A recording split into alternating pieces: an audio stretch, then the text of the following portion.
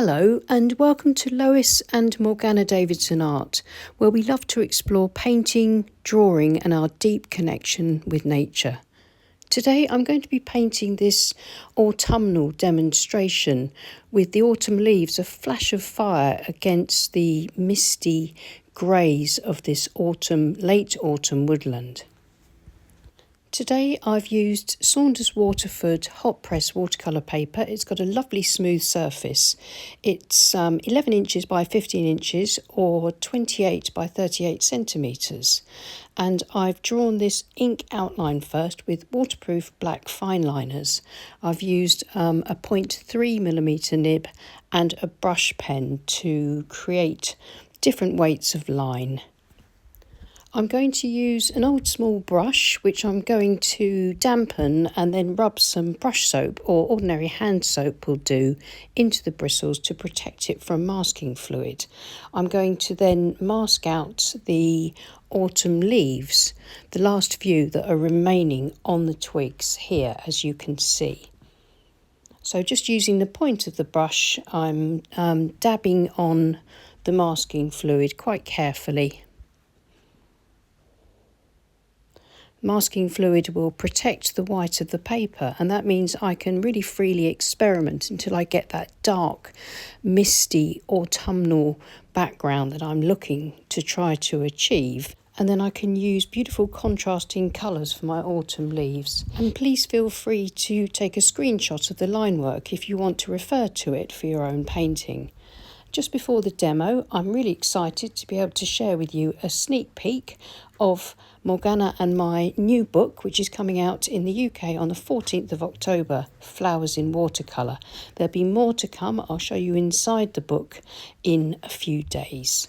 And don't forget that my first book, Landscapes in Watercolour, is available to purchase from all good bookstores. There are a couple of links in the description below. So take a look at that if you think you might be interested in some of these projects. I've set my board up today at a 20-degree angle and I'm going to create my grey background, allowing colour to mix on the paper wet in wet. So I'm wetting the background all over using my large Princeton Aqua Elite mottler brush. It's a 1.5 inch mottler. And I'm going to layer up the colours that I think will give me a really nice grey, starting with raw sienna. And I shall swiftly follow this raw sienna with a light coating of cerulean blue and then Venetian red. After that, indigo, and then finish off with another coat of cerulean blue. And hopefully I'll end up with a really interesting grey.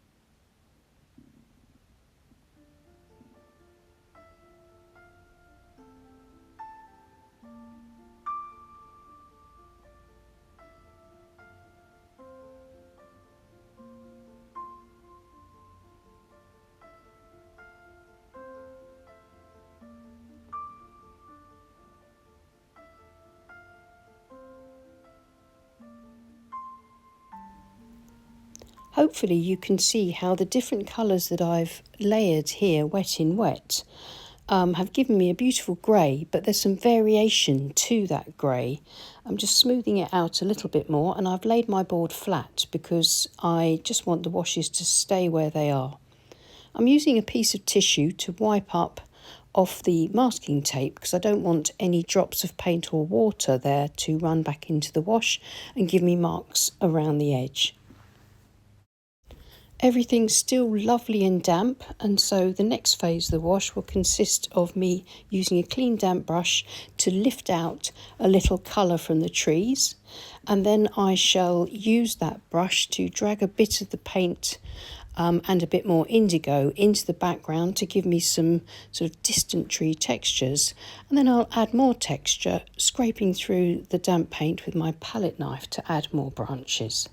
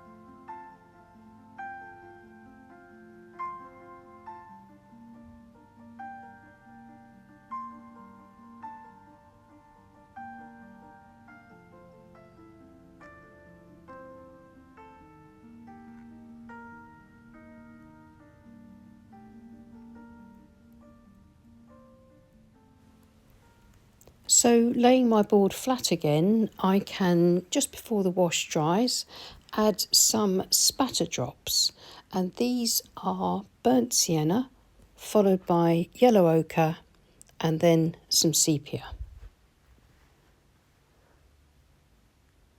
These will build up more colour, more texture.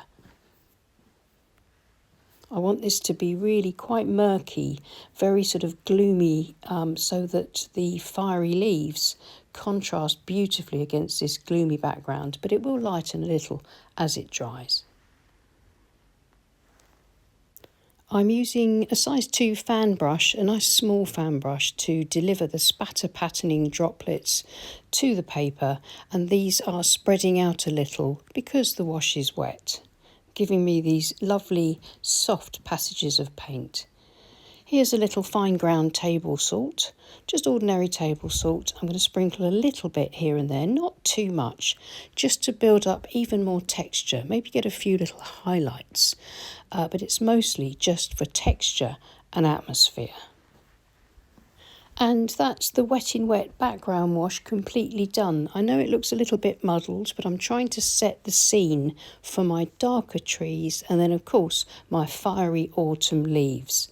I now need to leave it to dry completely. And here it is, nice and dry. I've brushed off any remaining salt crystals from the wash, and now I'm going to work into these trees and darken them up. I'm going to be using my size 2 quill brush and a mixture of indigo, Payne's grey, sepia with some sap green, just to give a hint of lichen and moss growing on the trees. I'm going to let the colour and the values sort of wet blend on the page. I can lift a bit out if it gets too dark, and I'll probably spatter in a little bit of texture wet in wet, just to try and get some subtle texture but nice values too.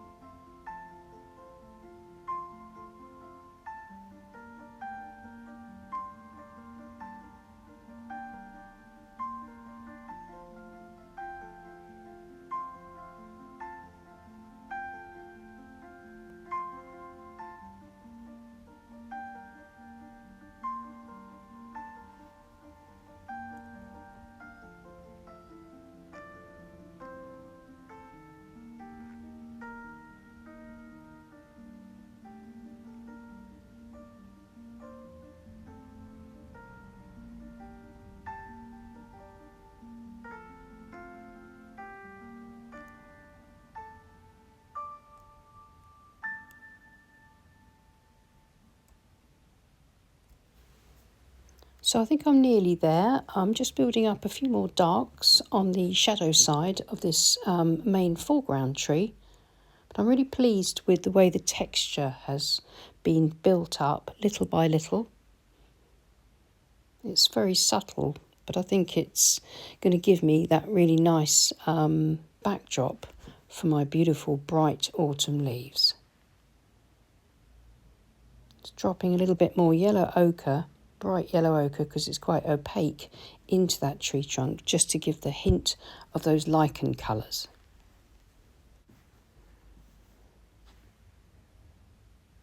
And then just a nice bit of dark spatter just to really sort of deepen up around the bottom of the painting a bit more. I've left it to dry completely. It's now bone dry, and I'm using an adhesive eraser or rubber cement pickup to gently rub away my masking fluid. You can of course use a clean finger, but we find that these adhesive erasers are really cheap to find online in sort of decorators' supplies, and incredibly good at safely removing masking fluid. So here's my leaf area, and I've zoomed in. I'm using a small calligraphy brush, but you can use any small round brush. And what I'm going to do is paint over the leaves in little groups, first with clean water, and then I'm going to drop orange and yellow ink into the damp leaves. The reason I'm using ink is because it really is lovely and bright and vibrant, and that's just what I'm looking for to stand out against the background. These are Dr. P.H. Martin's Bombay inks in tangerine and yellow.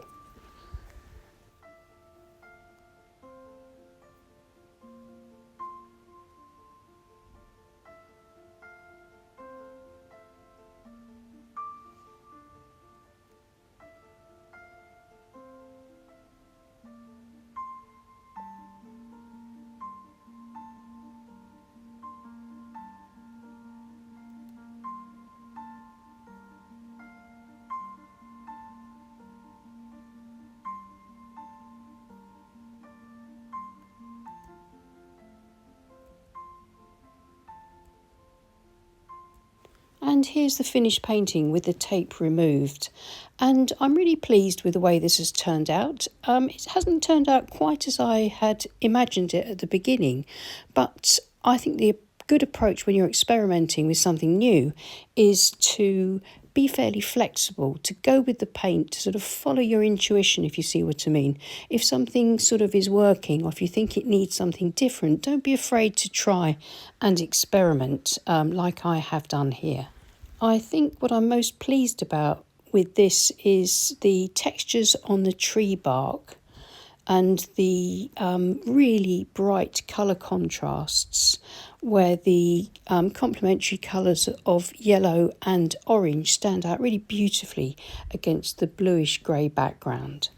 Well, I hope you enjoyed this demo. If you did, then please give us a thumbs up, and why not consider subscribing to our channel if you haven't already. And don't forget to check out the links in the description below for our Patreon pages where you can support us, and also for my book. So I'll see you again soon. Take care and happy painting. Bye.